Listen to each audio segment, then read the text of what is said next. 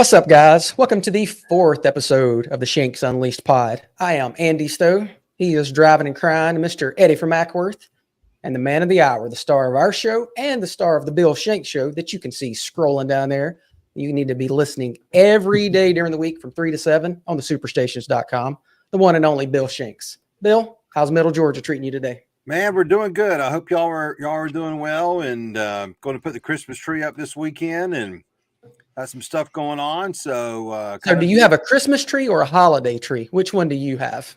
Christmas tree. I'm Catholic. I'm a much better Catholic than Eddie is. So I mean, I don't go to church unless the Pope dies, but I'm a very good Catholic other than that. And so you haven't been in a long time. Hey, but you know what? Pope Francis is 86. So yeah, you're getting close. Yes, I say. No, I don't go anymore because midnight mass in Waycross was changed to 11:15. I'm like, hell no. Oh yeah, no, that's too late. That's but no, yeah, that's the whole Christmas or holiday tree. That thing gets me. So Eddie, what about you? Is it fake or real, Bill? And I'm talking about your tree.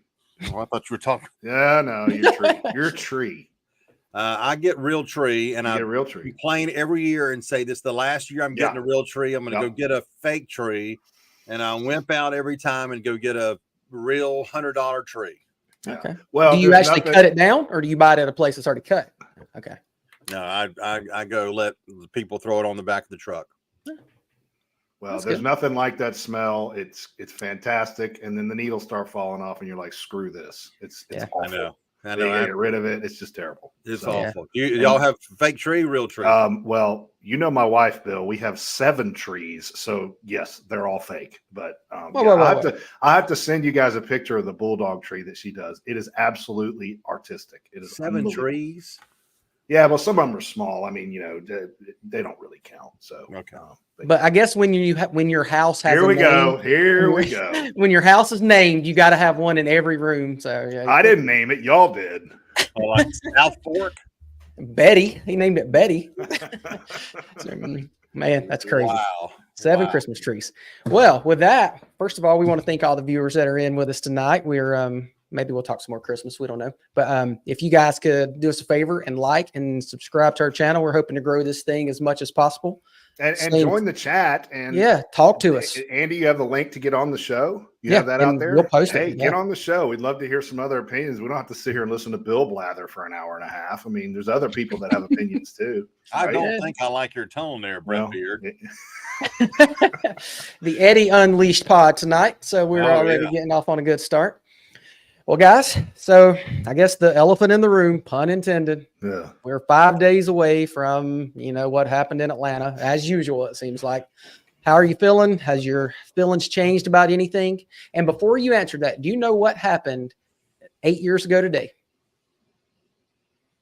Just go 2015. Mark Richt got fired. No, they officially hired Kirby Smart. Oh, 8 years. Good enough. So that's good. Yeah. But yeah, so how are you feeling about this past weekend? Are we still devastated? Still, what are you thinking? I'm conflicted a little bit. I want to be very grateful for what happened for the last 29 games and for the last 3 years. And I don't want to sound, the Auburn guy was like, you're sour grapes and you're this and you're that. And I'm like, shut up. But I want to be appreciative of what has happened. But I almost have asked myself, would I have felt better if they just whipped our ass compared to 3 lousy points where we look at a couple of plays that we know could have changed things. And also tired of the thought and the narrative that Alabama is this much better than Georgia. That's bullshit. Mm-hmm. I just don't believe that at all. And I don't know. But there's no question that Alabama played well and Georgia made mistakes. There's no question that you can't miss a field goal. You can't give them the ball on your 11-yard line. There's no question about that. Before we even get to the play, which was a crock of crap, we know that you cannot do those 2 things, and they did, and that's what cost them. And so it's unfortunate. And then on top of that, you have the play. Which I can't get past. I can't ignore it. I can't just shove it to the side. because it was so impactful in that game, and it could have changed everything, whether it was 10-7 at halftime or Georgia could have come back down and gone 35 yards in a minute and a quarter and gotten a field goal to tie the game. But instead, all that happened, and it's like, you've got to be kidding me. So, I'm conflicted, but it's not fun after you go 29 games and then all of a sudden it's like, wow, there's nothing really to play for, especially when you think that FSU's not going to have any players and Georgia's already got 11 people in the portal and God knows how many people they're going to have. Yep. Well, I'll just take it from here. Two things can be true at once, and this goes to all those people who are posting on Facebook, Twitter, etc. after the loss. I still love the Dogs. Okay. Because I'm going to be critical and say we should have won the game. I don't love the Dogs anymore. I still love – that's just stupid. I hate when people do that. It drives me crazy. But I've loved the Dogs for 30 years. And right. Who cares? It's ridiculous. But two things can be true at the same time. Yes, I'm grateful for what we went through, but I wanted more, damn it. And I'm not going to apologize for that. No. Not at all. Because we played the worst game of the year. Okay? Now, I'm not taking anything away from Bama. They played an almost perfect game. I was waiting every time I watched Jalen Milroe take a low snap, do something in the pocket. I was waiting on him to make a mistake. And when he made that little shovel pass, underhanded, and the guy caught it, I said, this is his night. This is Bama's night. They're not going to make any mistakes.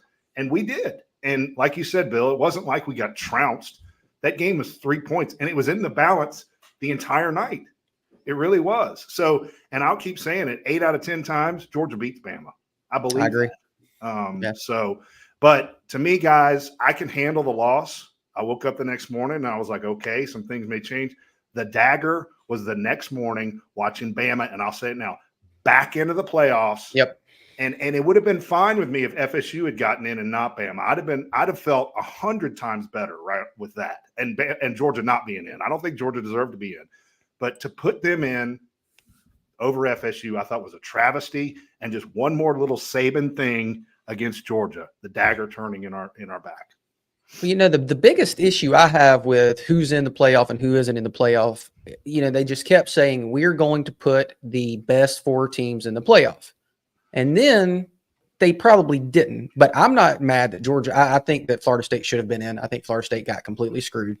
But is Georgia one of the best 4 teams? So I think they, the good thing is we're going to 12, but I do not think they are playing by the same rules that they say they're playing by.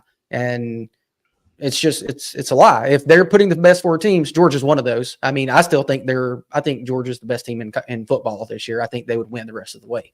But well, and I'll tell you the comments on our show this week have been interesting because I think a lot of the callers have made me think even more conspiratorial about what's gone on. And I hate to be that way, but I mean, I am kind of a conspiracy theorist in that I do believe that somebody else besides Lee Harvey pulled the trigger and other things have gone on.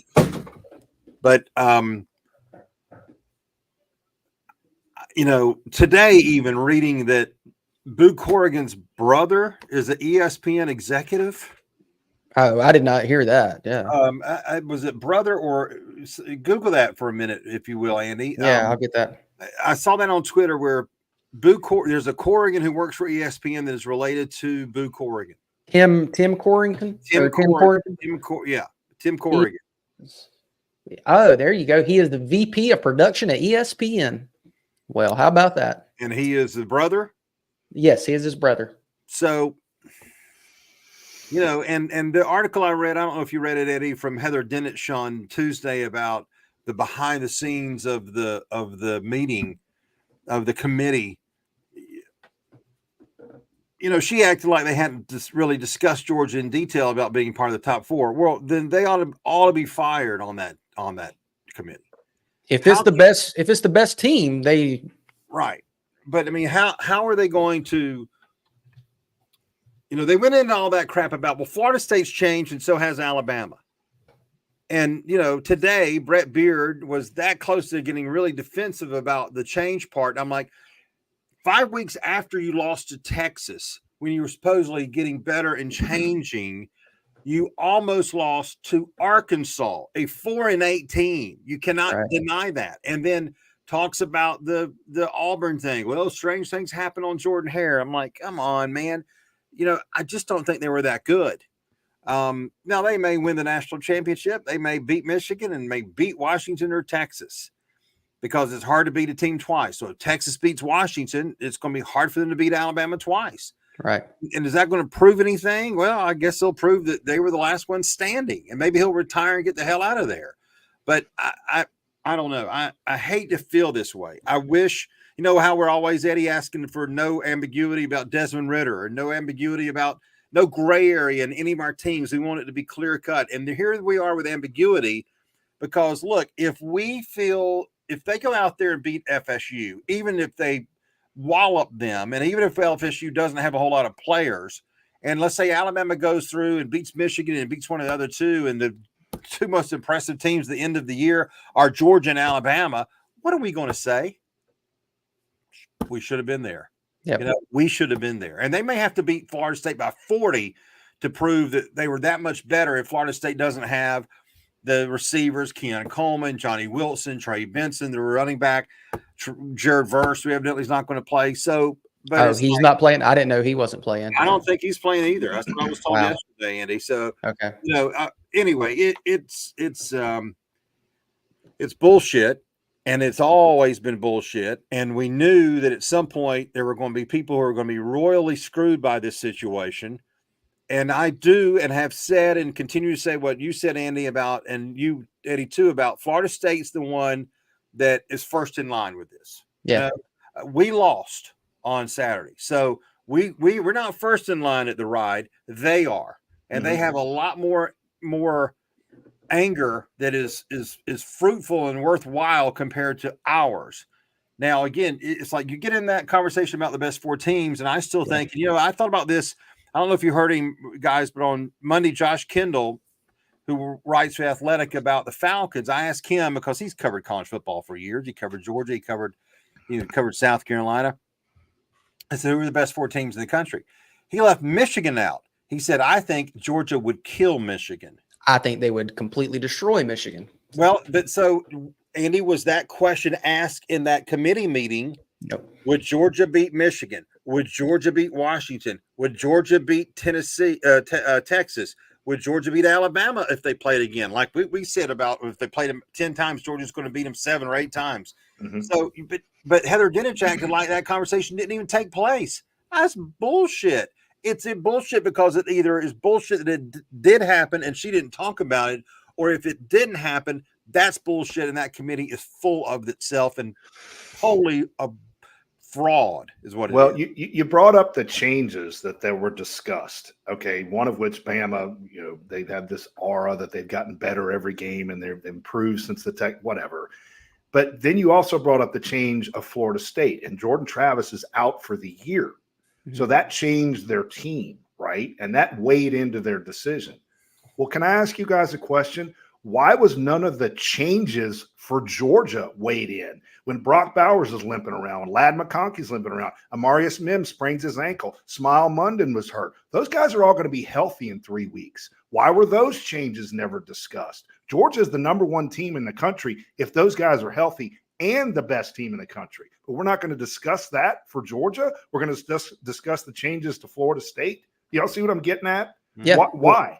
Why Did you hear when Bill mentioned this today on the Bill Shanks show? He said, and I this hadn't really crossed my mind until today, when you said, well, their quarterback may be their second or third string quarterback, but give that guy 3 weeks practicing with the first team. Think of how much better they'll be. And I had not thought about that until you said that today. And I was like, well, you know what? That right there made me feel even worse for Florida State, because I was like, how do you know? You never know. So give them a shot. And so, yeah. And the other thing with that is I give them even more credit. Their star went out and they still weathered that storm and did what they were. Who cares if they won 16-6? They won the damn game with the backup who's not very good. I mean, they won 3 or 4 games without him. 3. That's 3. That's devastating to your team. Yeah. They weathered that storm. That's what you're supposed to do. And they probably wish they would have crumbled, and instead, and I thought they were going to lose to Louisville. But to me, their win over Louisville, even 16-6, showed how good their defense is, because Louisville has been one of the higher scoring teams in the country all year long. You know, Brom has done a great job with that program this year in his first year. I mean, they went from like 7-5 to 10-2 or whatever, 11-2, I guess it was.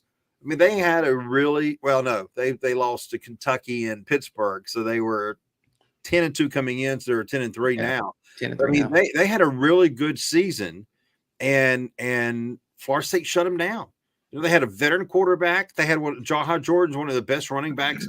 Florida State shut them down because, and this is what Jordan Travis said, we're not a one-person team. Right. Look at our defense. Look at how we've played. Look at Trey Benson. Look at Keon Coleman. Keon Coleman and Johnny Wilson may be first-round draft picks. Yeah, you got good first-round draft pick wide receivers, transfers, but they were wide receivers, and look what they may do. Jared Verse is going to be a first-round draft pick.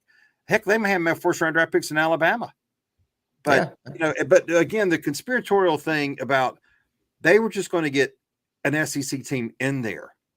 And I asked Brett Beard, I asked Tommy from Alabama, and I think this is the most important question that gets to the root of the discussion about whether Alabama should be in there or not. We know that if Georgia had won with Florida State and was Washington and Michigan all winning, that the first four would have gone in as they were. There's been no way to change that. But I still ask, if Ole Miss or LSU were number 8 going into those games and they were a one-loss team and they beat Georgia by 3 points, are you going to think that those teams not named Alabama would jump from 8 to 4 and Georgia would be knocked out? I think that is a ridiculous notion. I think at the least, of course, Florida State would have been kept in there and somebody else, Texas, could have been popped up, right? If you're going to leave an SEC team out, you're going to have Michigan, Washington, Texas, and Florida State.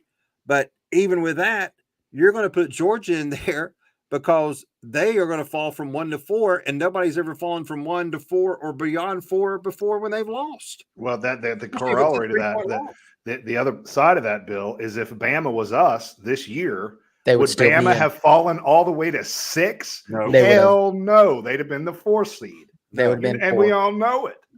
Yeah. And Brett Beard even admitted that today. And Tommy from Alabama was getting there because he understands that it's got to be asked. Yeah. But that's when you get into the discussion about ESPN, and then you're like, hold on, Boo Corrigan's brother is what at ESPN? Yeah, that's crazy. I didn't know that. Yeah. And then you get into the thought of all that talking that Greg Sankey did on Friday and Saturday to plant the seed. You cannot let the SEC stay out. There's no way, because all that was if Georgia lost. Yep, that's all that was. That's all that was about. It was trying to make the fact that, well, you put Alabama 8th, but still, if they win, you've got to put them in because it's the SEC. Boom, boom, boom, boom, boom, boom, boom. But it's like, did they listen to that? Or did the fact of what I think John from Warner Robins called up today and said, follow the money. SEC is the big beast. Were they really going to leave the SEC out? And the funny thing, I thought about this too afterwards, and I want y'all's thought on this.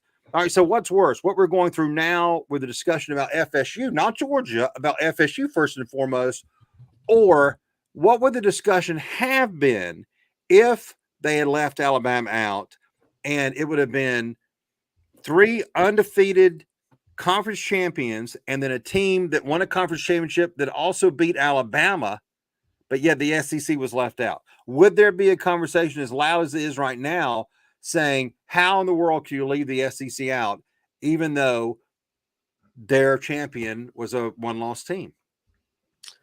But I think beat by the one that you put in there instead. I think there would be a lot of talk. I think some people would be happy because they're, kind of sick of the SEC. But you're talking about the teams that win it every year. I mean, you have Georgia's won the last 2, and the year before that would have been Alabama. And then I guess the year before is that LSU? I mean, so I think there would have been a lot of talk about you're missing out on the best teams, but I don't know if there would have been as big of a uproar as it is with Florida State because they're 12-0. Well, part of this goes, Bill, you can answer this because you're in the media. They said Alabama, Georgia was off the charts being watched across the nation. I was and looking that Bama, up. whether you like it or not, Bama across the nation is watched both for and against. So they are a ratings juggernaut. You don't think that weighed in? FSU, Michigan, who cares?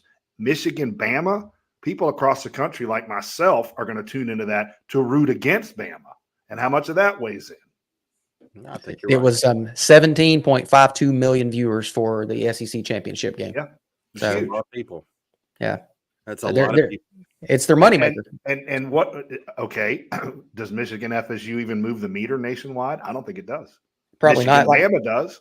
And Michigan, Ohio State did. It was 19 million. So, I mean, that was the largest one. But, yeah, nobody cares, right? I mean, Florida State's not as a household. I mean, they're a household name, So, yeah, it's they had to get Bama in there. But I'm saying it's Bama on both sides. It's the love of Bama and it's the hate of Bama.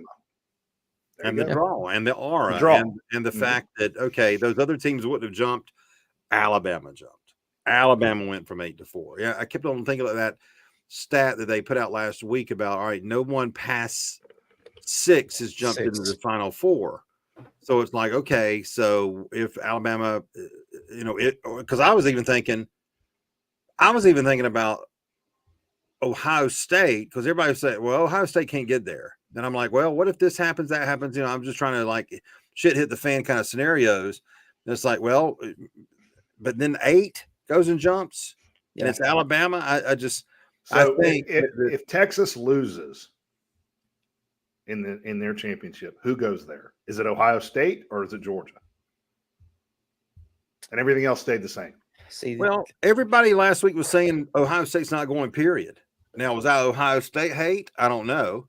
Was that a desire not to push them against Georgia again? I don't know. Or does FSU get in there?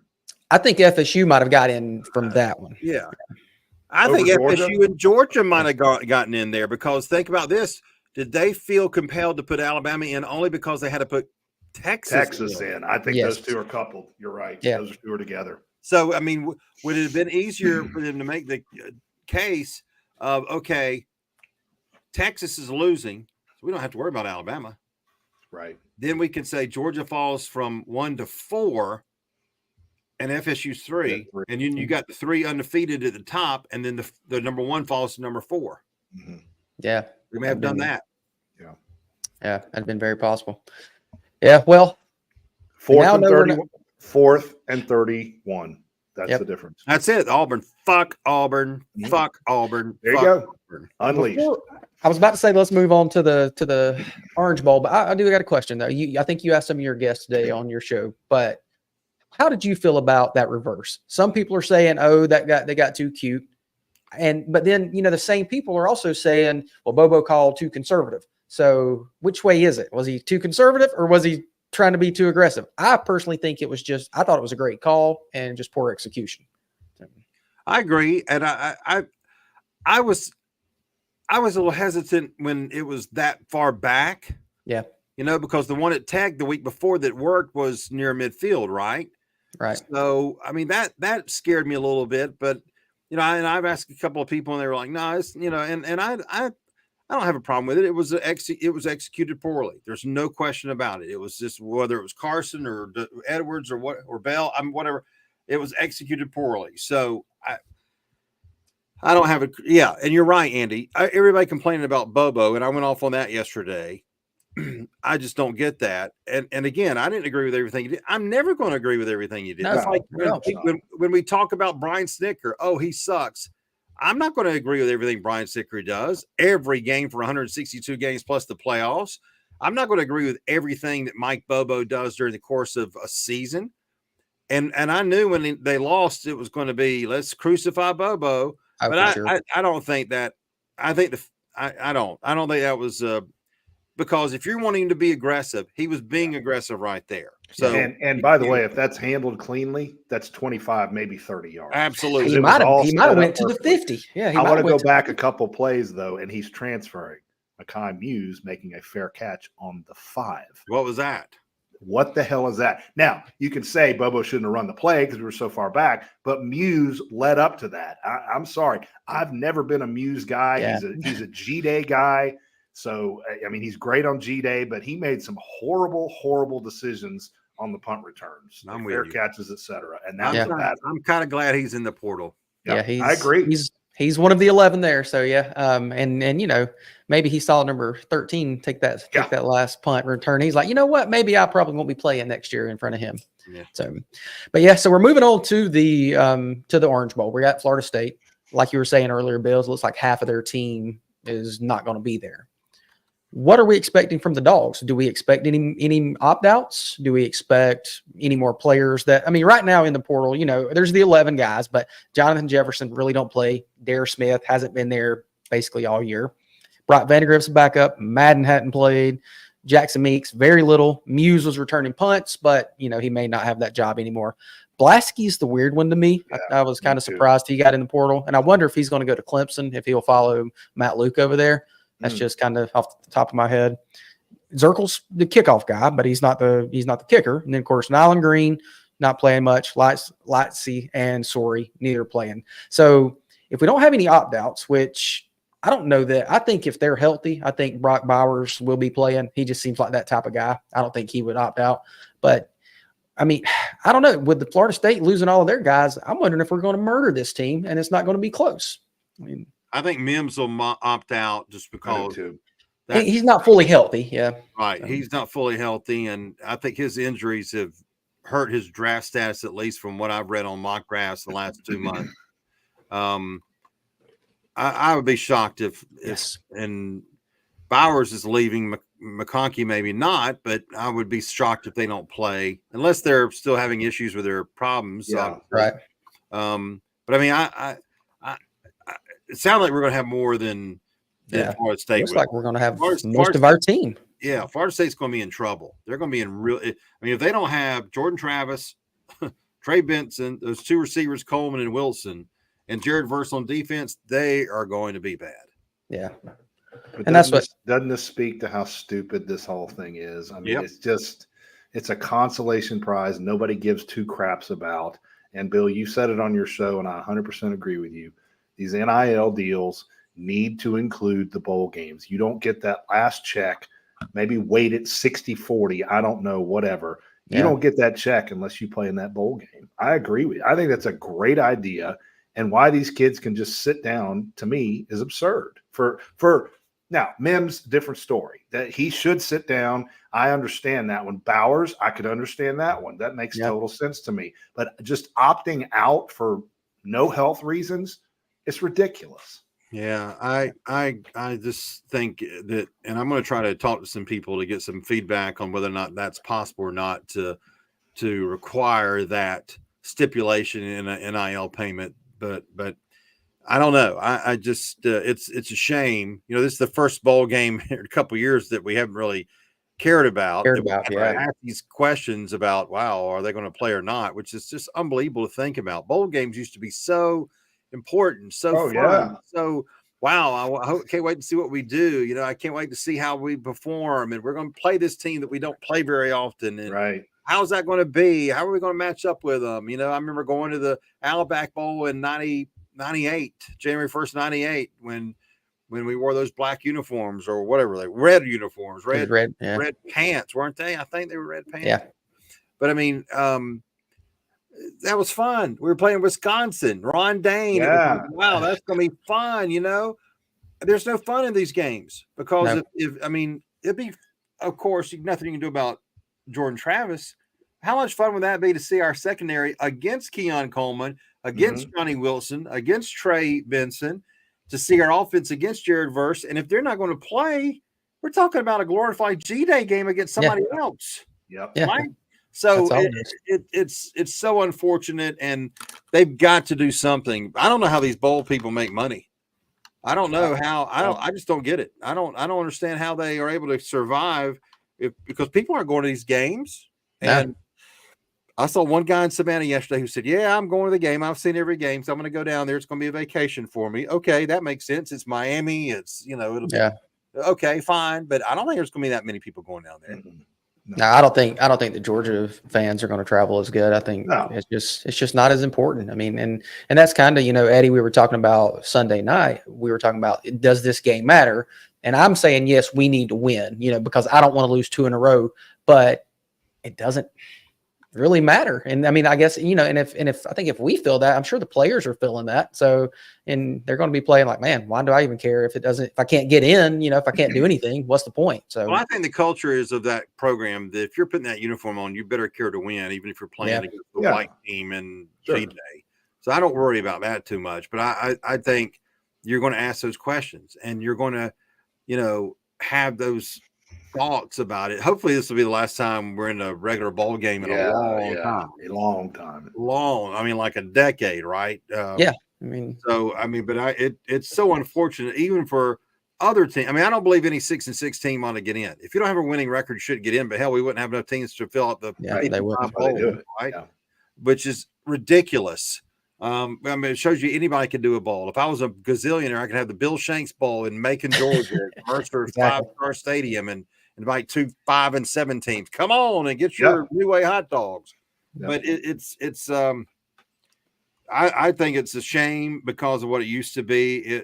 Bowl games were events, and they were fun to watch, and it was 2 good teams pairing up against each other, or 2 similar teams pairing up against each other, and now it's just a crock. Well, even Kirby, and he hasn't said this game is meaningless by any means. I do. I think it's meaningless. But he's even said this is the chance for some of our other guys who haven't played all year to shine. And those are the kids that can play, red shirt otherwise. So it's obvious to me that he's going to be playing guys that haven't played all year, and he's using this as a measuring stick for next year to see how they do. He's not going out there to throw all his cards on the table and say, we're winning the damn Orange Bowl. He doesn't care. He wants to see his guys perform, right? Yeah, and using it for practice to get ready for next season. Exactly right. So, I mean, to me, the win-loss, okay, here we go. I want Georgia to win. I love Georgia.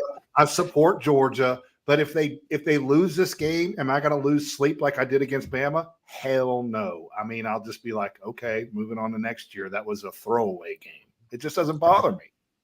I just don't want to lose 2 in a row. We hadn't lost in 29 games. I don't want to lose 2 in a row. What difference does that make, Andy? What does that mean?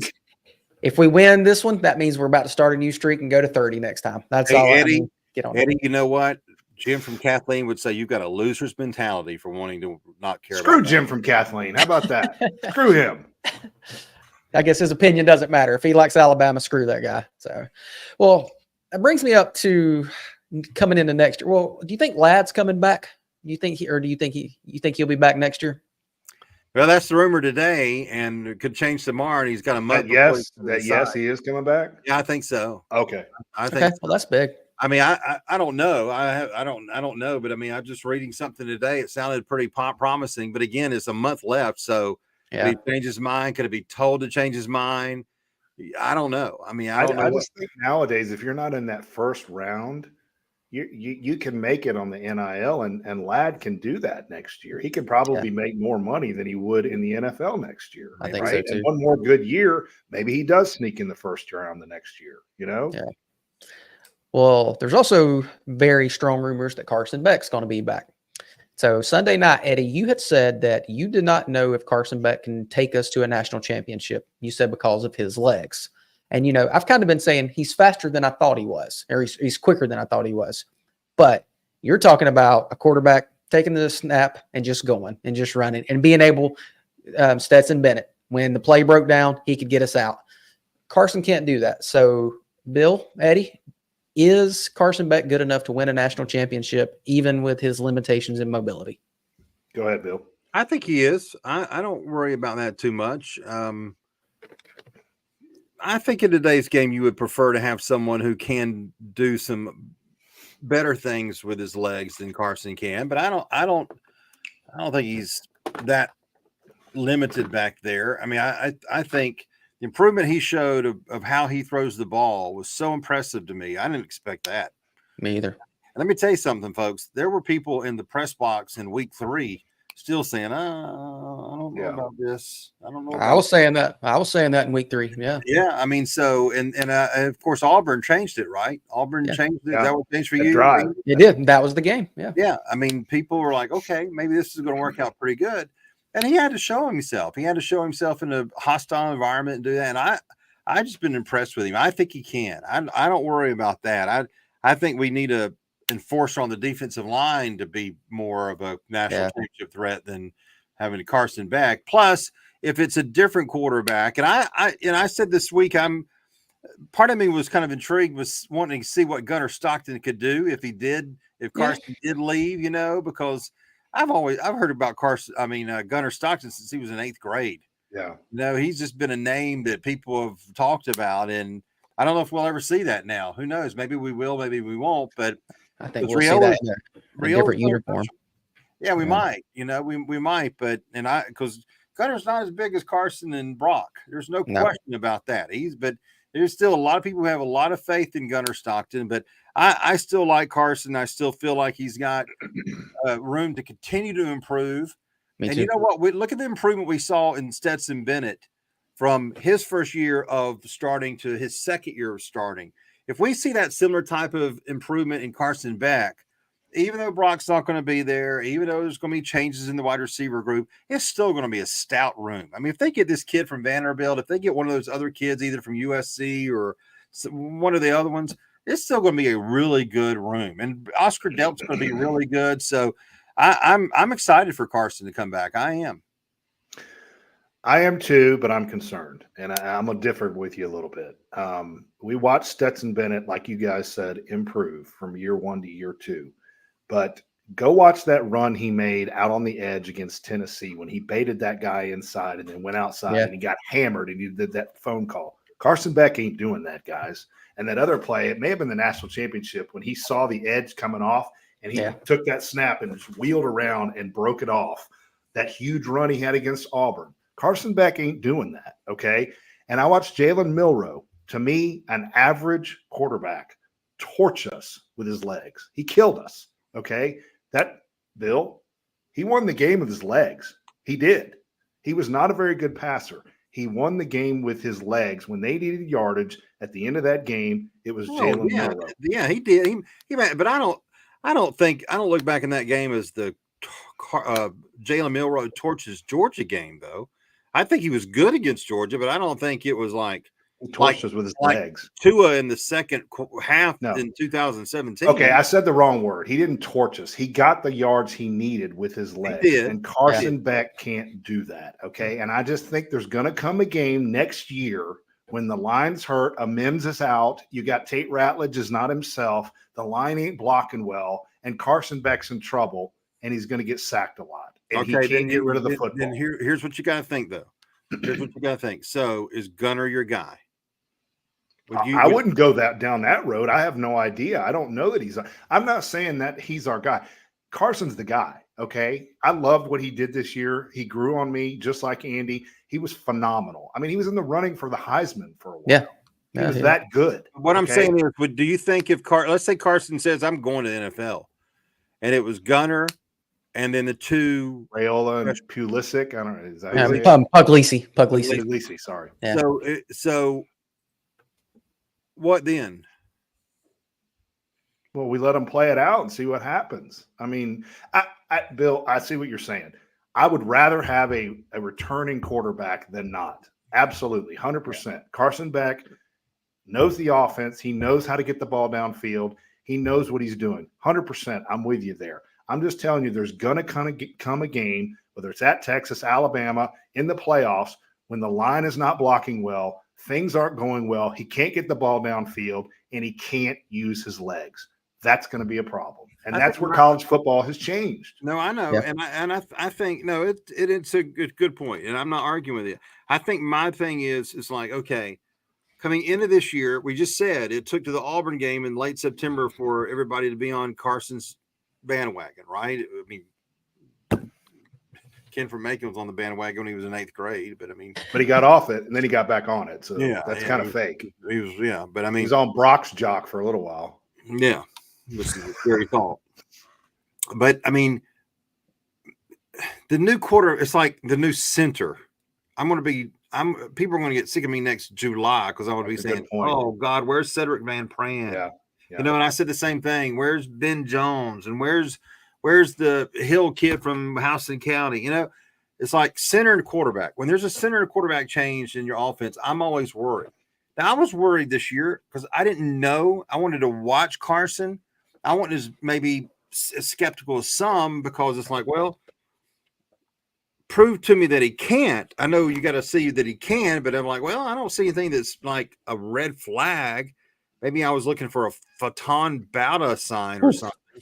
Yeah. But I mean, I didn't see anything that was just like awful in those first few games. But I think I'd rather have a returning quarterback for this team, because here's the other part about it. And I was thinking about this today, guys, when two more people went in the portal, and when my show started, it was 9, and when my show ended, it was 11 people in the portal. Yeah. Damn, these rosters every year, that's 11 out of 85. I'm going to assume those 11 were all on scholarship. We're talking about what percentage is that? 11 divided by 85 is, so 13% of the team has left since Sunday. Gosh. And then you talk about your guys who are out of, I mean, even though it may be a handful, Tramal Wildtower, and it's like the others that are going to leave. You know, we're looking at even more attrition every year, to where these teams are going to be changing every year. So my point, Eddie, is having a second-year quarterback like Carson Beck take over this team, or stay in control of this team, and then have either a redshirt freshman quarterback in either Puglisi or Dylan Raiola, or a kid like Gunner, who maybe he does win it in 2025 for all we know. Yeah. But they've at least been in the program, you know, because here's the thing, and we learned this, and I know Jake Fromm was exception. That's an anomaly. That's an anomaly. Because look at Eason. Eason, there's nobody more highly rated quarterback than Jacob Eason, and he wasn't ready to play his freshman year. We were all horny about him. 95,000 people come to see him in April. We were coming to see him as much as damn Kirby, and he wasn't ready his freshman year. So it's like, how much is that going to matter to have a quarterback who's either been there or has played there? And I just think if he leaves, if Carson were to leave, there's going to be Raiola talk all summer long, and it's going to be, you know, I don't know. And look, he may be the best stand quarterback we've ever had in our life. We don't know. And to go into a season like that, and then, like I said, so Carson leaves, it's Raiola, Puglisi, and Gunner. So that's the three. They're going to battle it out in spring. They're going to battle it out in August. Well, you know, Raiola is going to get a lot of love from the fan base, because we've given him love for 2 years since he committed to us, for crying out loud. And it's like, I don't know if that's good for this team or not. So I hope Carson comes back, and I think he'll be good. And I'm hoping for that improvement, even though you're right, he's not going to have that mobility, but I'm still hoping for that improvement, because if he comes back, he ought to be a Heisman Trophy preseason candidate. Can I throw one caveat in here, Andy? I don't know this. Yeah, I should know this. Are Kendall Milton and Dejon Edwards done? Can they come back? They can come back. They can. Both of them can come back? I think they can. Because I think with the COVID year, I think they can, but I'm pretty sure they're gone. Like Kendall Milton, Dejon Edwards, and Trevor Etienne is our running back field. I feel 1,000 times better about Carson Beck. Okay. Absolutely. Well, what about this? Hang on. Who did you just say? I said Dejon comes back, Kendall comes back, and Trevor Etienne transfers to Georgia. Okay, so I think Trevor Etienne's probably going to come to Georgia, but I do not think we'll have Kendall Milton or Dejon. I agree with you. I don't think they come back either. Well, but even if one were to come back, I mean, they may both leave. And you know, let's compete with them and bring him back for this amount of money. Hell, let him go. I mean, I'm not into this stuff. I said the other day when Mike Griffith said that he was $4 million to Carson. I mean, that can't be true, can it? No, can't be. Please tell me that's not true. Please tell me that Carson Beck didn't come into Kirby's office and say, Kirby, I mean, I'm thinking about the NFL, but if you pay me $4 million, I'll stay here. Surely that ain't happening in college football, is it?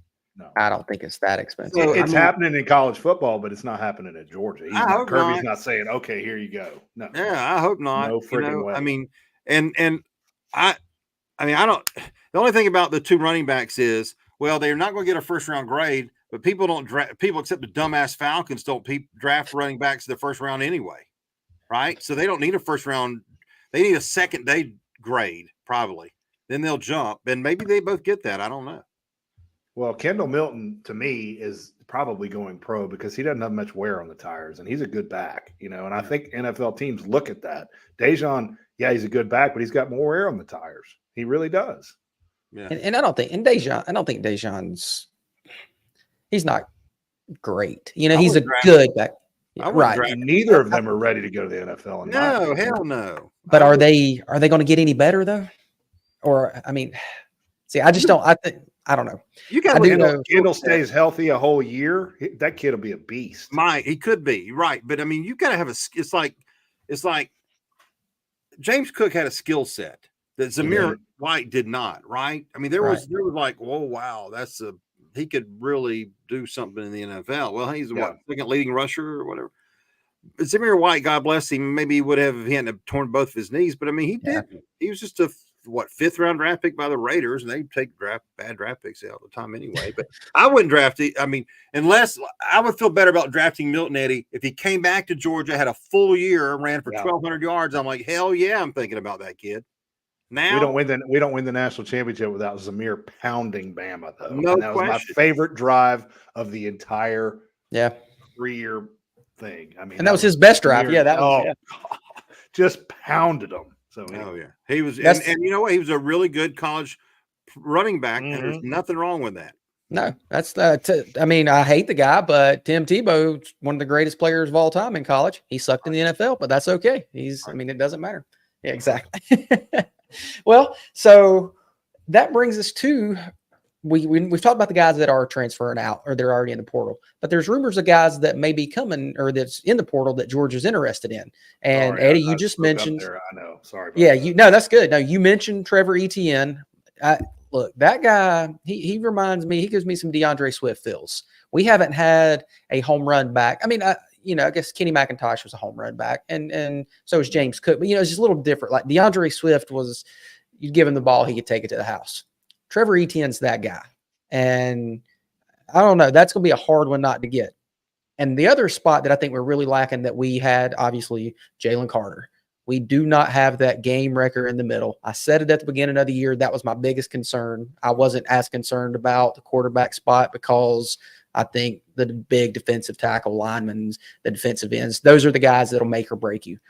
What are the chances? Have you heard anything outside of, I know you talked to Jake Roos on your show, and I know you've had a lot of guys discussing it, but Walter Nolan and then Princely, I don't know how to say it, the Florida defensive lineman, that huge guy, I don't know how to say it. Umemina. I don't know. That 450-pound guy? No, this one's, I think he's like 350. No, that 450. That's not that huge fat ass. Okay. No. And then you have LT Overton from from Texas A&M, and then the JUCO Marquise Rodriguez.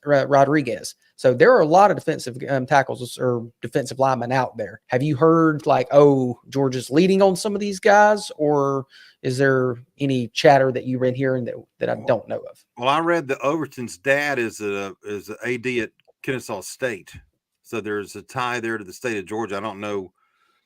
Somebody could correct me on that, but I'm pretty sure Overton has a connection. Walter Nolan, I think, has his hand out. Yeah, I've heard that too. Way out, way out. Well, that's the reason he went to Texas A&M in the first place, right? Yeah, pretty much. And all those boys that had that, group that Jimbo Fisher said it was just a good recruiting class. Yeah, give our coaches credit. Yeah, okay, bullshit. Yeah. So I mean, I don't think Walter Nolan's going to be a possibility. I don't know about the Florida kid, Andy. He may be. I haven't really heard that. I just read about LT Overton, and it sounds like. But you're right. I mean, and I admitted this today on my show. I mean, I applauded the veteran presence in games played by Trauma Waltauer, Zion Logue, Warren Brinson, Nazir Stackhouse, and that's great. But like I said, none of them picked up a quarterback like what happened a year ago in the LSU game. Yeah. They're good college football players. They may get some time in the NFL. Who knows? They're day 3 draft picks, all 4 of them, I think. I don't see any of those 4 being a day 1 or day 2 draft pick. But so, yeah, whether it's Jordan Hall, Jameer Jarrett, one of those kids coming in that's their freshman that I'm sure they're hoping one of them is going to be that, because they obviously have got 5 defensive linemen coming in, or if it's LT Overton. But LT Overton, what's his size? Wasn't he like, I saw 265? Is that right? Check on that, Andy, and see if you can see that. Because I thought that what I read had him not as big as I thought a guy like that would be. They have him at what you're getting at, 265. you're getting at, Bill, is two words to me: game wrecker, and we didn't have that this year. No. Absolutely didn't have it. No, we didn't. Yeah, Oberson 6'5", 265. That's small. Yeah, that's what I read. I was a little surprised by that, but evidently he's a good player. I mean, evidently he's a really good player, and so I don't know. I mean, I just don't know. There's 5 defensive linemen coming in, and I don't know which one could play early or be looked at, or how, can Jordan Hall or Jameer Jarrett step up in the year 2? I don't know. I don't know the answer to it, but I think that if they can get somebody out of the portal, they need to. I really think they need to. Well, the problem this year, guys, on the defensive side is that you look at Alabama, right? And Kirby lost sleep over Dallas Turner. He did. We got to key in on that guy, and they did a good job taking him away. But who was that guy up front for Georgia where the Alabama coaches were like, this guy keeps me up at night. We got to do something about that guy. We didn't have that guy. No. And Mikael Williams just didn't turn into that guy. No. Yeah. And, Jalen Carter made everybody around him better because you had to focus on Jalen Carter because he was the best player and he was the best player in the draft. And now we don't have that. I mean, and it's clear that our defensive line was not weak, but not as strong as it's been in the past couple of years. So, right. And it makes it tough. I mean, because that to me is that's where your bread's buttered. It's right there on the defensive line. And they got whipped in the SEC championship game. Exactly. They got whipped. That's where we got hurt at. And and that hasn't happened the last couple of years. That's why we hadn't won the last 2. Well, the schedule for next year has been leaked. It's not officially out yet, but it's official. We open up with Clemson in Atlanta, and then we play Tennessee Tech in the week after. And then we're at Kentucky on 9/14. Then we have the bye week. And then on September the 28th, we go to Alabama. Then we have Auburn coming here the week after, then Mississippi State, then at Texas. Nobody can say we don't have a tough schedule. And the question is, could we go 10-2 and make the playoffs? Or would we still be in the top 12 next year if we went 10-2? Because you're playing Bama, Texas, at Ole Miss, and I think Florida will be better next year. And Auburn's going to be tricky. Look, they're coming here, and then of course Tennessee's probably going to. I think they'll be better with Nico Amaliva. So what if we went 10-2? Will we make the playoffs? Because maybe it's Bama. If we go 10-2, say if we lose to, I think we'll beat one of Texas or Alabama. But if we go 10-2, would we be in that 12 range, or would we be in that 6 or 7 range? Well, I mean, we don't know how it's going to go with the conference since the divisions are going to be thrown away, right? So I don't know if a 10-2 would get you into the championship game or not. Now, I mean, I think 10-2 could. I think it's not out of the question, and I think 10-2, even if you don't go to the championship game, especially if one of those 10 wins was on the road at Texas or Alabama, and you had a really quality road win, you might have to win 2 of those road games to get in that category. But I like the schedule. They've only got 2 crappy games for one thing, right? They got 2 crappy games. They got Tennessee Tech and UMass. Yeah, UMass. So I mean, I do like the schedule, and look, I don't think they need to be a perfect team anymore. I talked at length today on the show about that. I think the expansion to 12 means that you don't have to be 10-2. Sorry.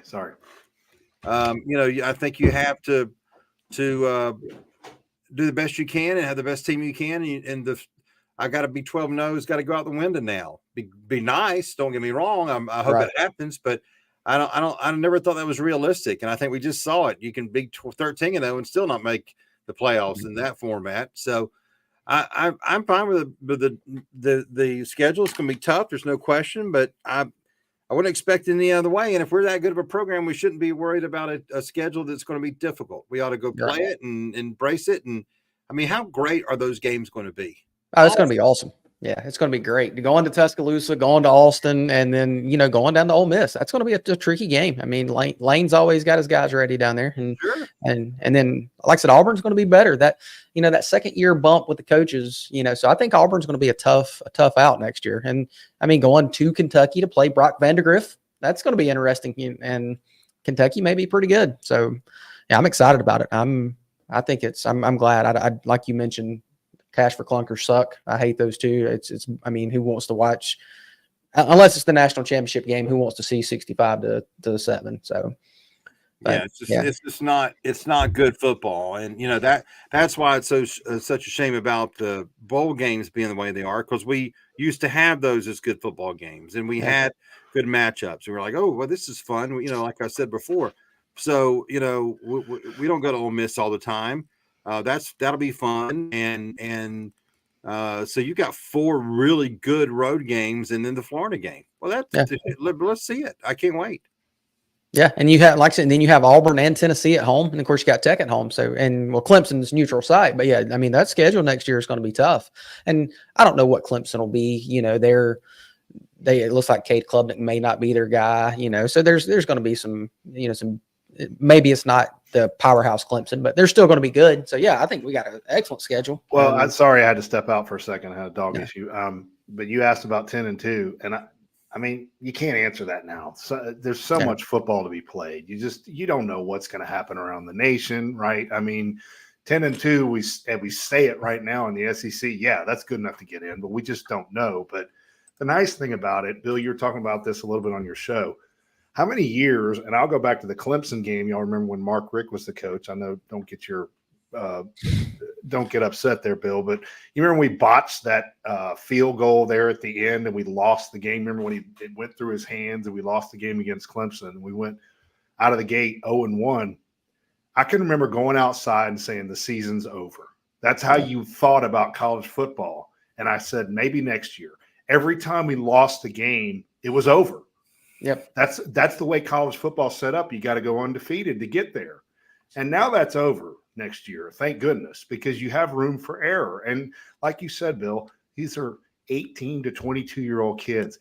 Every weekend, they can't be expected to get up for these games, especially when it's against UMass or it's against Auburn, who stinks this year, or what have you. I'm just throwing names out there, but every weekend is going to be different. You've got room for error now next year, and that's what I'm so thankful about. Yeah. It's just unrealistic. It's never been logical to expect for perfection to that level. And I mean, maybe that's why there's only a handful of people who can do it. And you're building these super conferences as well. I mean, we just went out and got Texas and Oklahoma. You got Oregon and UCLA or USC going to the Big Ten. I mean, it's going to be almost impossible to go undefeated now. And the lack of divisions makes it even harder. With no East and West, it's 1 and 2, so it's even harder now. Yeah. Well, guys, we got a few minutes left, so I want to get Bill's thoughts on the Braves news. What's kind of going on? I know the offseason hasn't been, super busy right now, but there's things happening. And the Braves did make a trade. They acquired Marco Gonzalez, Jared Kalenic, I don't want to say that, and Evan White, and they traded Jackson Coher and minor leaguer Cole Phillips. Then, of course, they turned around and traded Marco Gonzalez, for a player to be named later. But, Bill, the question I have is, Jared Kalenic, will he be the everyday left fielder, or will they have kind of a platoon situation with someone in the left field with him? Pronounce his name, Bill. How do you say it? It's Kelnick. The second E is kind of silent, and I've tried to program myself to be able to say it because I've said it right and then I've said it wrong. It's Kelnick. Okay. Jared Kelnick. Yeah. So, I'm intrigued by the potential for this kid. He is a very toolsy, athletic player who was a tremendous prospect for the Mets and then for the Seattle when they traded him in the Edwin Diaz deal. Yeah. And the COVID year kind of pushed pause for him, and he came back and, he had some trouble with the batting average and with strikeouts, and they sent him back down. This year he was off to a good start in April, and then he leveled off in May and June, and then he kicked a trash can. He was out for 2 months. Kind of a hothead from what I've heard and read, but this kid's got a lot of potential, and he's cheap. I mean, they had to do some things obviously to get him financially, but he himself is not very expensive right now, and I like it. I'm curious about it. I mean, the strikeouts are a little bit of an issue, but he won't have to have the pressure on him to do everything here. He's going to be the 7th best hitter in the lineup here for crying out loud, maybe 8th. So, I think it's like they identified someone that's like, oh, this is interesting. We've got a real athletic team. How good would that outfield be? It would be really good. He's a really good defender. He's got a real nice swing. Go look at YouTube on the videos of him. He's got a real nice swing, and the potential's there for him to continue to improve. I mean, he's still only 24 years old. I think he's 25 next July. So I like it. I like it. I mean, there were some out there that you looked at and like, okay, but they were going to cost too much. Right. And I mean, I know when you look at the money for Gonzalez, however much that is, the money for White, this is not only getting somebody who's for less than $1 million, because they do have to pay for those other players. But still, I think it's worth the gamble, because if you hit pay dirt here, you may have a great player. And I kind of wondered, and Mark Kotsay was a player. I think he's got more power than Mark Kotsay. Mark Kotsay was that left-handed hitter who had some speed. He also had a beautiful wife, I would say. But Mark Kotsay, this kid's got more power than Mark Kotsay. I mean, for some of Kotsay's early years, he hit in the teens. He never hit 20 home runs. I think this kid can hit 20 home runs. Kotsay, he only had double digits in steals 4 times. Man, I think this kid's kind of a 20-20 type guy. So 2 things. Can I ask Bill 2 questions about this kid? First of all, you mentioned how Seattle's a different team than the Braves, and I think they relied on this kid to be more of a superstar than he really was. Yep. Which, moving to the Braves, obviously that takes that away. And 2, what struck me, Bill, when he left the Mariners, he thanked everybody in the world except the Mariners. He had nothing to say about the Seattle Mariners organization. In other words, it seemed to me like a change of scenery is going to be great for this kid. Yeah. Well, I think there's not going to be any pressure on him. Right. I mean, he's going to look around and is like, oh, the MVP. Here's a guy who led the majors in home runs and RBI. Here's another guy who's the third baseman, all-star third baseman, the long-term contract. Here is a catcher. Here's Michael. I mean, you hate to say he can just play. Just go play. Do your best you can. Yeah. Develop. Get better day by day. Do what they try to do from top to bottom in the lineup, and go out there and see what you can do, and play good defense and run hard and play the best you can. So, what does this mean about Vaughn Grissom and left? Well, I just trade bait still. Well, that's my next point. Yeah. Yeah, that takes us right to the next point. Well, Dylan Cease is still out there. They're talking about him a lot.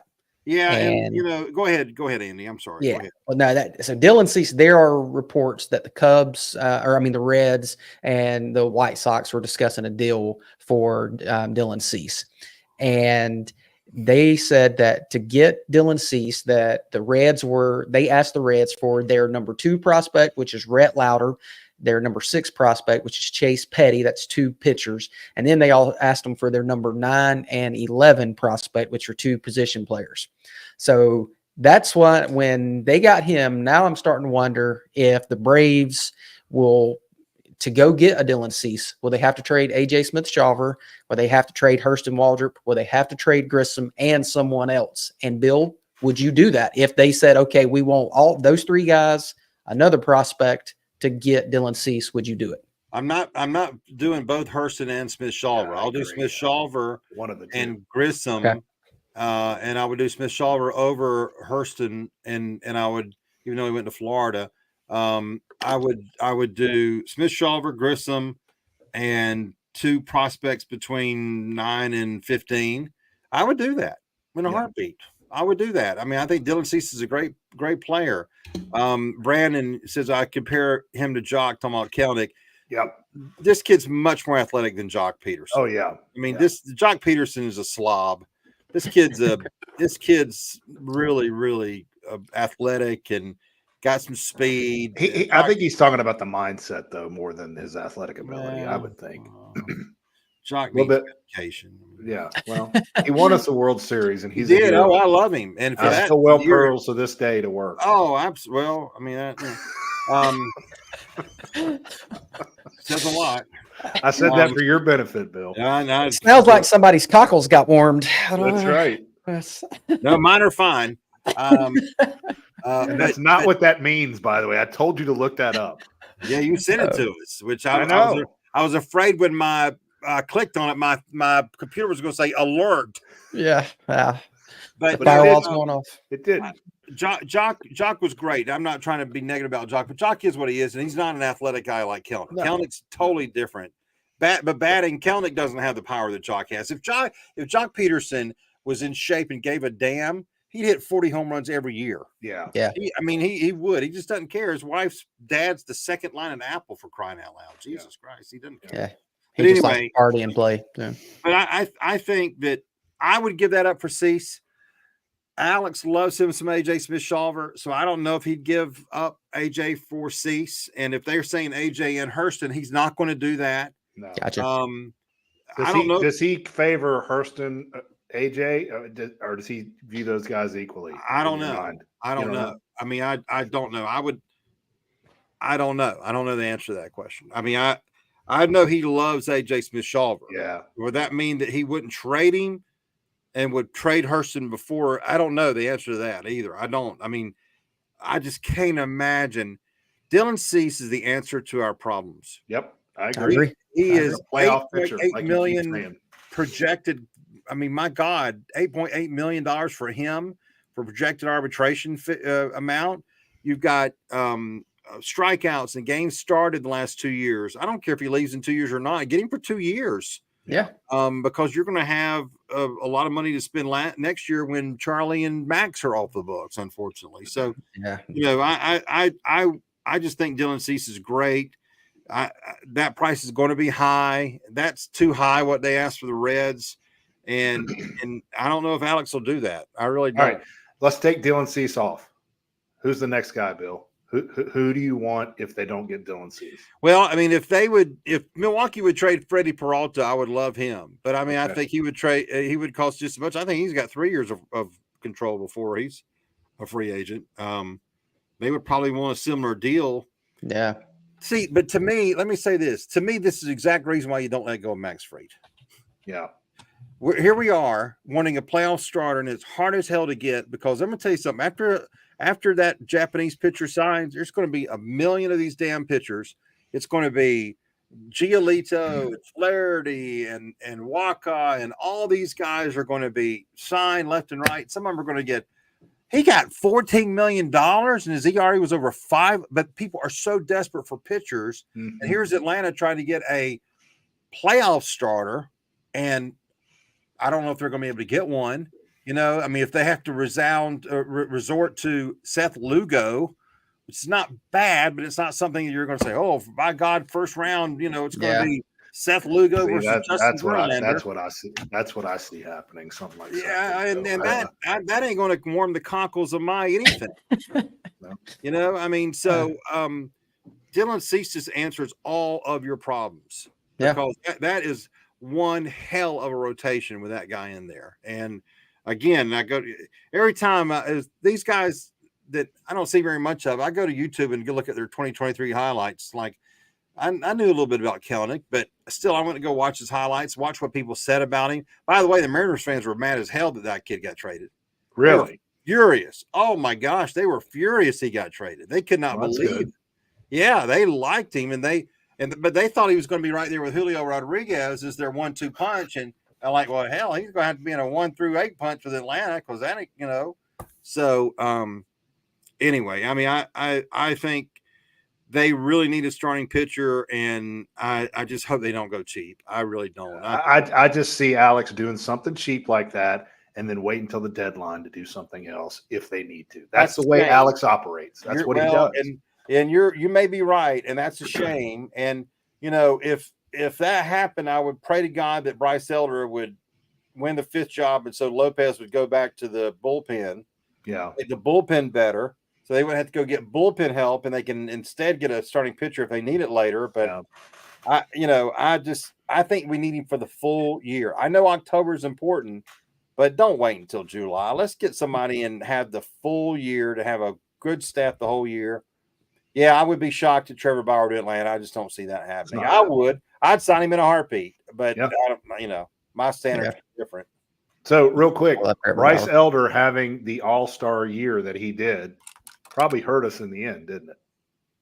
Probably as sad as that is to say. Say that probably again. Hurt Bryce Elder having the year that he had, being in the all-star game and kind of tailed off at the end. That kind of hurt us because he was so good, and then it was nothing. We didn't make a move because of that, Bill. We didn't. Well, and part of that was because Max was coming back. They thought Wright was coming back. Right. If Bryce Elder has a crappy year, AA probably makes a move there at the deadline where he didn't do that. Yeah, well, maybe, but I think it was more about the confidence in Max and Wright coming back. Yeah. Okay. They thought he was. You got to weigh in Bryce having a great first half of the year. He was fantastic, right? Yeah. I mean, if he was crappy, then he makes a move. Yes, but there's no way they should have expected that kid to keep that shit up. There's no way. They made that was a hard, but he was never going to pitch in the playoffs before Wright got hurt. No. I mean, and all that, and Morton rather, he was never going to pitch in the play. But I mean, they should have known he had topped out at 137 innings in his life. Right. Yeah. So it's like you go look at his innings after 137, his ERA after 130, it's like 5.5. So they should have known you haven't developed this kid to pitch 138 or more innings. So why are you expecting him to go into his first full year, pitch 30 games and have 177 innings and think you're going to be in good shape with him? Yeah. I mean, I didn't. I'm like, this ain't going to work here, but I think Eddie, thinking Wright was coming back, Max is coming back, and not expecting Charlie to get hurt. Like, okay, well, we may be okay. Because there was no way they thought that Bryce Elder would start a game in the playoffs. No way. Yeah. And that's what I'm worried that they're going to bring Hurston Waldrop up and they're wanting AJ Smith-Shawver to be a starter this year. Like, I don't want that. I want those guys in AAA every 5 days, getting some innings on those arms. I mean, train them to pitch 150, 160 instead of they're just babying them, and it's not good for them. It's just not making them any better. They're not. They can't go any longer. You saw what happened with Bryce. He was dead. Well, it's just a shame because there's no question that rushing pitchers does not work. No. And Hurston Waldrop and AJ Smith-Shawver need to keep their asses in AAA for the full year, like Kyle Wright did a couple of years ago, and he came back up and he was fine. But before that, the back and forth with Tuki Toussaint and Kyle Wright before that, and it was like, God, no, don't do that. They probably would have done it with Bryce if not for the fact that Max got hurt a second time. I mean, that was a problem, So I really hope if they do not trade for a starting pitcher, I'd rather go look, if they're not going to get a big shot guy, okay, if they're not going to get Dylan Cease, then get a Jack Flaherty who may be like 1 year, $8 million. Who you could see if you could fix. That kid was awesome when he was first with St. Louis. He's a little, but I mean, I would do that for a lower amount compared to giving Lugo $14 or $15 million. I don't dislike Lugo, but God darn, I just, You know what, though? All that being said, I freaking love this bullpen. I love this bullpen. Oh, yeah. But I'd love it even more if Reynaldo Lopez could be in that bullpen. Exactly. Even more. Yeah. And maybe that's the starter you're talking about because Lopez right now may be a starter as it stands right now. Right. As it stands now. And I heard Snit on MLB Network yesterday morning when I was riding into work. He said if we go to camp with this team without making any more trades, we feel strong about what we have. Obviously, what's he going to say? But he said Lopez would be in the starting rotation. They would try to stretch him out, and Bryce Elder would be there. So it's being discussed. And as of right now, it would be Max, Spencer, Charlie, Lopez, and Elder. Yeah. And that was the exact thing he said. So Yeah, I don't know. I'm not happy about that. Here's another thing I'm not happy about, and I wanted y'all to hear this. Did y'all see John Heyman's official hitter ratings hitter rankings that he released today? He's sick in the head, though. He has Aaron Judge, Alvarez a second, Juan Soto 3, Ohtani 4, Freddie Freeman 5, Seager 6, Trout 7, Bryce Harper 8, Mookie Betts 9, Goldschmidt 10, Arenado 11, Matt Olson 12, Devers 13, Tucker 14, and Altuve 15. Did you hear me say one name? I didn't hear Ronald Acuna. There you go. And this is his official ranking of the top 15. Just run that through the shredder. Who gives two craps? John that's Heyman. The stupidest shit I've ever heard. I know. I was like, where did you see? And that's what everybody's like, dude, you don't even have Ronald Acuna in that list. That's his top 15. And he did not even mention Ronald Acuna. Can we, before we end the show, talk about this team right here, the first place Atlanta Falcons? Because I have a question about Bill. Oh, let's do that. I got a question for Bill. I really do. Go right ahead. Place, right here. First place, Arthur Smith running the ship. Two scenarios I heard next year, Bill, because I don't give two shits about this year. It's a joke. I mean, like you said, we're going to play Dallas at home right now, and it'll be 80% Dallas fans in the stadium. And Dallas will beat us by, you said 3, I'll say 4 touchdowns. We will get blown ass out. Okay, that's Dan Quinn's defense. Yeah, exactly. How about that? So, 2 scenarios I heard. Hold on. Tell me about this. By Dan Quinn. Yeah, there you go. There you go. Yeah, if you're over 30 wearing your hat backwards, you have problems. Exactly. The first one I heard is that the Falcons make a trade, get Justin Fields, and draft Amarius Mims with their first pick. That's one scenario. The second scenario is they keep their draft pick, middle of the round. They get Jaden Daniels. Go. Which of the two you like? B. Jaden Daniels? B. Okay. I don't have any, we're either going to go through a revolving door of quarterbacks or we're going to hit pay dirt at some point and it'll stop. I don't think Justin Fields is someone who I'm going to think, oh, that could really click.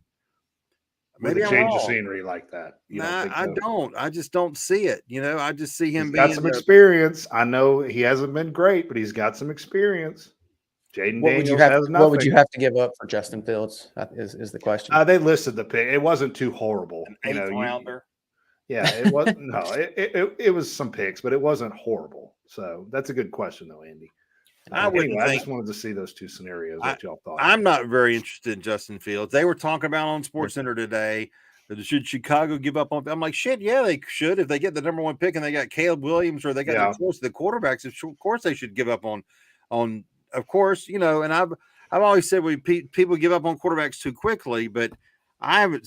Fields just, and I know they're not very good, but I don't see. Is it 2 years or 3 years he's been in the league? I think it's his third. This is his third year. Yeah, this is 3, I think. He was in the Trevor class. So, that's right. You're right.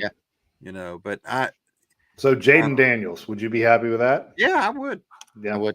I like it. I would. I would. I mean, it's just. I'm telling you. That's why it's like, please, Desmond, show us something. Desmond, go out there this week and throw 400 yards and like, oh, wow, how about that? And it's like, I don't know if it's going to happen either. Every game's going to be 18-12. I know. It's just awful. It's just. It is what it is. It's awful. And, the offense should not be this bad, even with a shitty quarterback. Right. And I'm not saying it's all on him, but if you drafted you got 2 running backs right now, one who had 1,000 yards last year as a freshman in Tyler Algier, one who might go over 1,000 yards this year in Bijan Robinson. So can't you muster any offense just simply from that? Oh, wait, we got offensive line issues. Maybe we can't do that. But it's like, that is so embarrassing. And the fact that in what is it now? 7-7-6. What is that? 20 wins for the Falcons under Arthur Smith. They have beaten teams in double digits 3 times. 3 times. 14, 14, and 13, I think, or either 14, 13, and 13. They have not beaten anybody more than 2 touchdowns in 2.5, almost 3 years.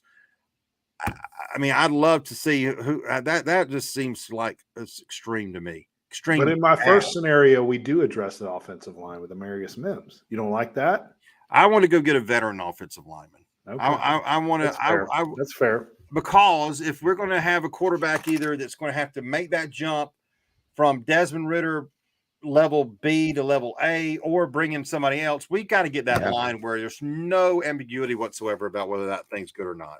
Yeah. So I'd rather go. They got money available. They fucked it up on Caleb McGarry money, which was what if it's Justin Fields and Cedric Van Pran at center?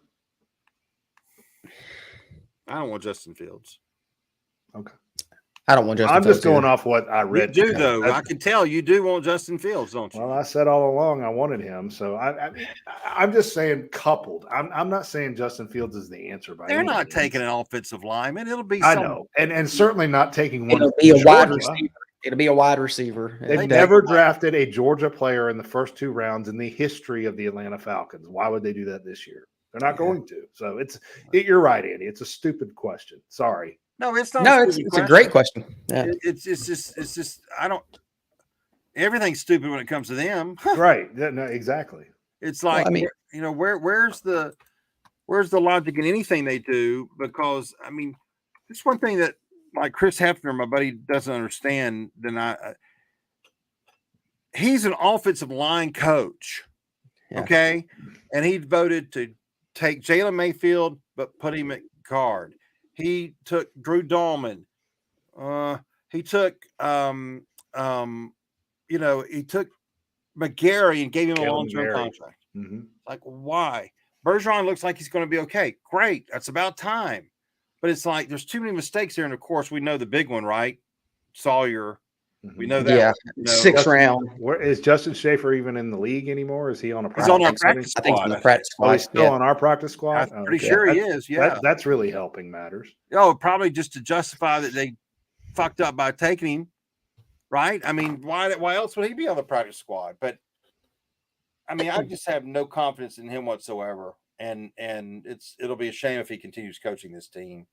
Really will. I mean, but he's going to. He's going to, Bill. He has bought himself, I would say, 2 more years. No, 2? You think he's get 2 more years? He's going to make the playoffs. That's 2 more years of this. Gosh, that's depressing. That's really bad. He's here. So you're saying the rest of this year and the following year, or you're saying the rest of this year and 2 more after that? And 2 more after that. Oh God, I'm not watching the Falcons anymore.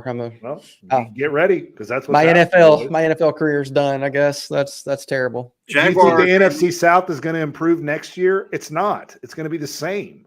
Bill, I can't pull for anybody in Florida. I hate that. No, man, it's too close to the Gators. I can't do it. I can't pull for it. I'll never pull for another team. Not a Florida team. I couldn't do it. I'm with you, but the Falcons they'll drive you crazy. They will. They've been doing it my whole life. Man. By the way, it's 40 years yesterday because Andy's birthday was yesterday. That's right. I'm old. Yeah, you're old. I'm officially old. I'm not Eddie old yet, but I'm getting there. Bill and I are the same age, so screw you. How old are you, Bill? 39. How old are you, Bill? 42. Look at How old are you, Bill? Look at that black hair. I could dye my hair too if I chose to, but I choose not to dye my hair. I don't have to dye mine. I got a head full of black hair. I don't have to dye mine either. A wife, 3 boys, and Betty I got to keep up with. That's why all this is gray. Hey, when you got a house with 7 or 6 or 7 freaking Christmas trees, you got way too much house. Dude, that's true. Well, guys, this was fun. I enjoyed it. I don't know. Now we're all depressed thinking about the Falcons, so I guess we can all go to bed and cry ourselves. I'm not depressed. I'm not. I am. Now that you busted me with that 2-year extension thing. It is what it is. But Andy, Bill and I have been dealing with the Falcons much longer than you have. Okay, it is what it is. It's just it's the Falcons. Whatever. Yeah, it's an tough F word, like Bill said. Falconing. It's an F word. It's a curse word. It's awful. It is. It's awful. There's no team that's like the Falcons. It's just unbelievable of how they do it to us every year. And, we'll get the schedule out for next year after losing the first round of the playoffs. Ooh, we're going to be better next year. And, our quarterback will be caught, in some, drug ring in Colombia. So what Georgia Bulldogs will they intentionally pass on next year? Real quick before we go. Seriously, because there's going to be a Georgia Bulldog sitting there, and they draft an Iowa receiver that nobody's ever heard of. That's well, I mean, Cedric Van Pran would be a great second-round pick. Yeah. I think he'd be a great second-round pick. I think he'd be an outstanding pro like Sawyer for 10 years, and you could put him at center and leave him alone just like they did with the kid from LSU, and then before that, Jeff Van Note for all those years. I think Cedric Van Pran's going to be a 10-year center in the NFL. He'd be great. We need a center. Well, I mean, I think they do. You think they do. They like Drew Dahlman, which I don't see that. Do you? So they're not going to draft SBP. They're not going to do that. Well, I mean, what if you went to I was looking at Kamari Lassiter. They got him projected somewhere in the 37th pick. What if he was sitting there in the second round? I mean, the Falcons, their defense is better, but I wouldn't be opposed to Kamari Lassiter there. I mean, they'll need another cornerback, but they'd pass on him. They need They need help up front more than they do anything, because these guys are on 1 and 2 year deals. Some of them are. I mean, Onyemata will be back. He's hurt. Right. I don't know if he's going to play this week, but Calais Campbell and Bud Dupree, they're all on 1 year deals. Yeah, exactly. I think Lorenzo's on a 1 year deal, isn't he? Lorenzo Carter? So. He's two. Okay. I mean, they're not long-term people. No. By no means. And the defense has been great. I mean, the defense has played their ass off. I've actually enjoyed watching them play defense this year. It's been fun. But they haven't played anybody. Well, I know, but I mean, it's fun to watch Jesse Bates make plays and be a badass. He is fun. We haven't had that. He's a great player. He's awesome. No question. I love that guy. The best offense they played though is Houston. I mean, I know. Houston. I'm with you. And I also love Cordarrelle Patterson. That guy is a baller, a beast. He wants to be here, and the Falcons just keep screwing him. That's what pisses me off too. I know. Yeah, anyway, why do we draft this way? Whose idea was this? It's your fault. This is all on you wearing your Falcons. Number one, baby. Bringing us down at the end of the night. I did it on purpose. Yeah, I can't wait until Sunday when y'all talk about the Falcons losing to the Bucks. Oh, it's very possible. Yeah. But hey, they are first place in the division. I guess that's something. That's a silver lining, I guess, which actually I think that's bad. All right, Bill's yawning. He's done. Yep. Guys, this was fun. We want to thank everyone that's been watching us and chatting with us. And if you can like it, subscribe, share it, do all those good things. We would appreciate it. So for Mr. Eddie from Mackworth, living the life in Betty with all the Christmas trees, Bill, I don't think we live in the same area that Eddie lives in. So no, that's bullshit. No. Yeah, with him, guys, his brick TV out there on the By the way, y'all are all invited. We'll do a podcast out here. And we're gonna have steaks. You're grilling steaks, right? That's right. Wagyu. We'll do Wagyu steaks. See there, look how rich he is. I don't even know how to say that word, much less I'll eat step up and buy them for you guys. That's what I'm saying. That's how much I love you guys. Probably fried sheepdog or something. No, that's not. It's high-end steak, Bill. You need to step it up. You're so rich. It's ridiculous. All right, guys. This is fun. We appreciate it, everyone. For Eddie and Bill, I'm Andy. We appreciate it. We'll see you next time. Good night. Go Dogs.